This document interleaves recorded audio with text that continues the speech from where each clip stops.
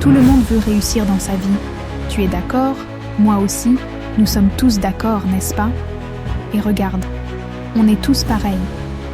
On a tous une tête, 2 yeux, une bouche, 2 mains et 2 pieds.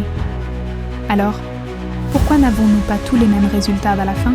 C'est une excellente question.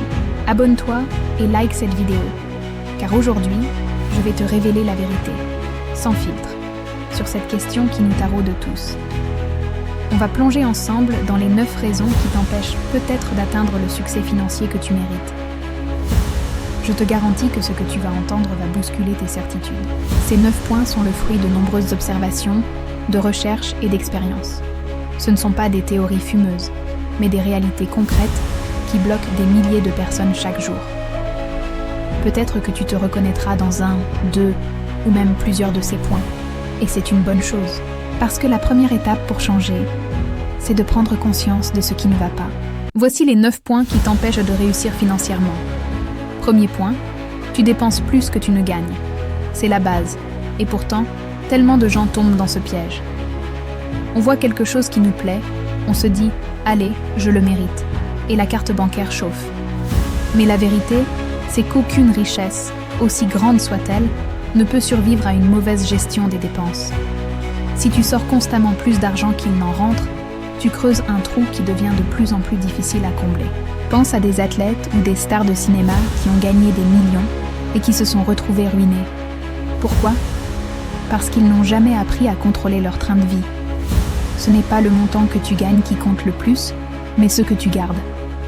La première étape vers la richesse, c'est de maîtriser tes sorties d'argent. Chaque euro dépensé inutilement est un euro qui ne travaille pas pour toi. C'est aussi simple que ça. Si tu ne peux pas te permettre quelque chose sans t'endetter ou puiser dans tes réserves vitales, alors tu ne peux tout simplement pas te le permettre. Point final. Il faut être honnête avec soi-même et discipliné. Deuxième point. Tu n'as aucune épargne de sécurité. Imagine que tu marches sur une corde raide sans filet de sécurité. C'est exactement ta situation financière si tu n'as pas un fonds d'urgence.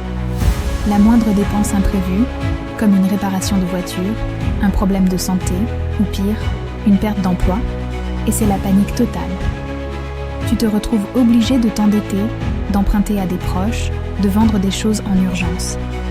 Tu vis constamment en mode survie, le stress au ventre, priant pour que rien de mal n'arrive.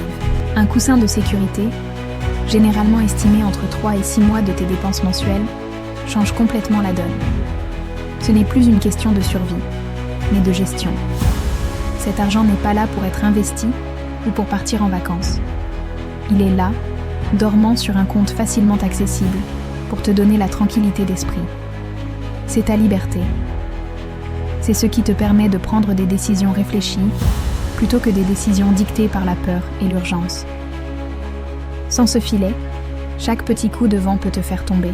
Troisième point, tu dépends d'une seule source de revenus. Pour la plupart des gens, c'est le salaire. Ton employeur te donne un chèque à la fin du mois, et c'est tout. C'est confortable, c'est prévisible, mais c'est incroyablement risqué. Un seul salaire, ça veut dire un seul point de rupture. Si cette source de revenus disparaît du jour au lendemain, que se passe-t-il? C'est le vide. Le château de cartes s'effondre. Penser que ton emploi est sûr à 100% est une illusion. Les entreprises restructurent, les marchés évoluent, des crises surviennent. Ta sécurité ne dépend pas de la loyauté de ton employeur.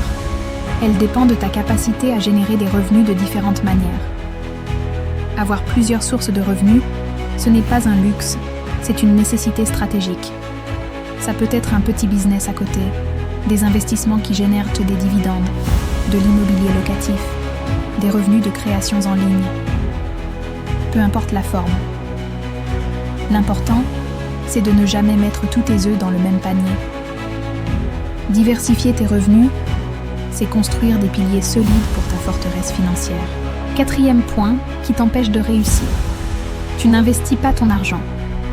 Beaucoup de gens pensent que mettre de l'argent de côté sur un compte épargne classique suffit. C'est une grave erreur.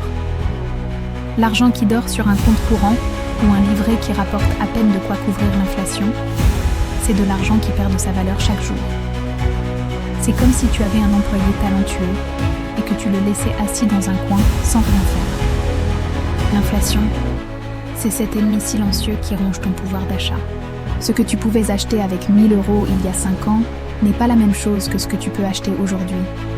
L'investissement, c'est le seul moyen de faire travailler ton argent pour toi, 24 heures sur 24, 7 jours sur 7.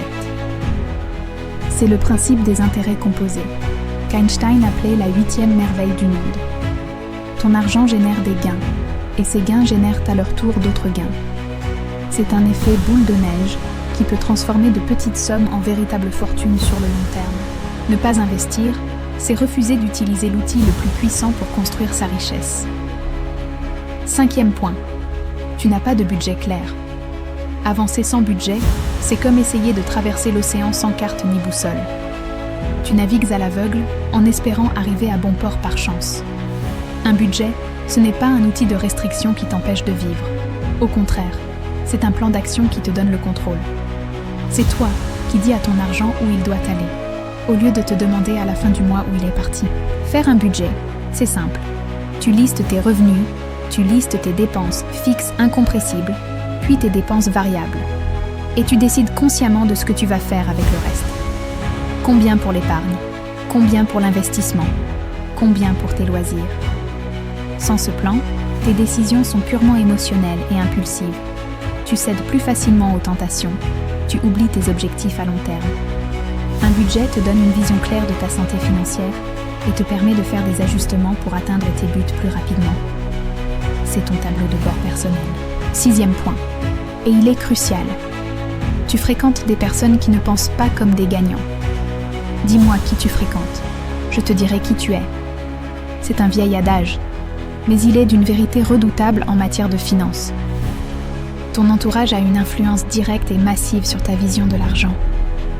Si tes amis et ta famille se plaignent constamment de leur manque d'argent, s'ils considèrent les riches comme des gens malhonnêtes, s'ils dépensent tout leur salaire en futilité et se moquent de ceux qui épargnent ou investissent, comment veux-tu développer un état d'esprit de prospérité?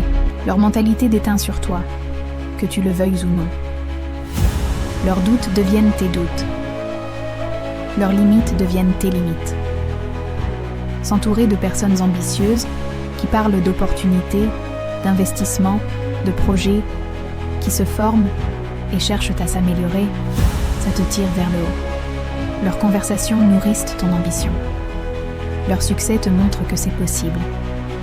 Ce n'est pas une question d'abandonner tes proches, mais de choisir consciemment de passer plus de temps avec des personnes qui t'inspirent et te poussent à devenir la meilleure version de toi-même. 7e point. Tu procrastines toujours. La procrastination, c'est le voleur de rêves. C'est cette petite voix qui te dit « je le ferai demain ». Tu sais ce qu'il faut faire. Tu as lu des livres, regardé des vidéos, tu sais qu'il faut établir un budget, commencer à investir, chercher une source de revenus supplémentaire.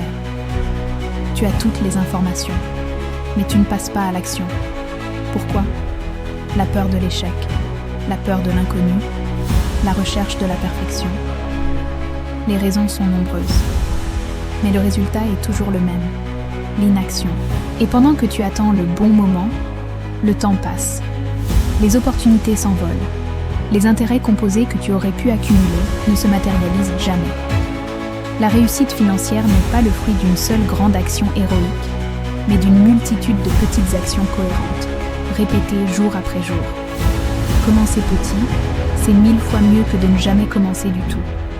Ouvre ce compte d'investissement, même avec 50 €. Fais ce budget, même s'il n'est pas parfait. Lance cette petite activité, même si elle ne rapporte rien au début. L'action crée l'élan.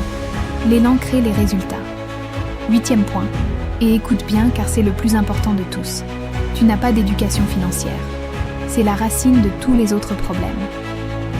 Si tu ne comprends pas comment l'argent fonctionne, comment il se crée, comment il se gère et comment il se multiplie, tu seras condamné à être son esclave toute ta vie. Tu travailleras pour l'argent au lieu de faire travailler l'argent pour toi. L'école ne nous apprend pas ça. On nous apprend un métier pour gagner un salaire, mais on ne nous apprend pas quoi faire de ce salaire. L'éducation financière, ce n'est pas juste pour les banquiers ou les experts en costume. C'est pour tout le monde. C'est comprendre ce qu'est un actif et un passif. C'est comprendre le pouvoir de l'investissement à long terme. C'est connaître les différents véhicules d'investissement, les impôts, la gestion du risque. Quand tu t'éduques financièrement, ta vision du monde change. Un salaire n'est plus une fin en soi, mais un outil. Une dépense n'est plus un plaisir immédiat, mais un coût d'opportunité. L'éducation financière transforme tes croyances, qui transforme tes habitudes, qui transforme ton futur. C'est le meilleur investissement que tu puisses faire. Enfin, 9e et dernier point, tu as peur de prendre des risques. La zone de confort est un endroit agréable, mais rien n'y pousse. Personne n'est jamais devenu prospère en restant sagement là où il est, en évitant toute forme de risque. La sécurité de l'emploi salarié, c'est confortable. Le livret A, c'est sécurisant. Mais ce n'est pas comme ça qu'on bâtit une richesse significative. La croissance, qu'elle soit personnelle ou financière, se trouve toujours en dehors de notre zone de confort. Investir en bourse comporte un risque. Lancer une entreprise comporte un risque.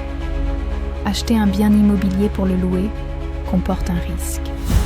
Mais ne rien faire comporte un risque encore plus grand. Le risque de la certitude.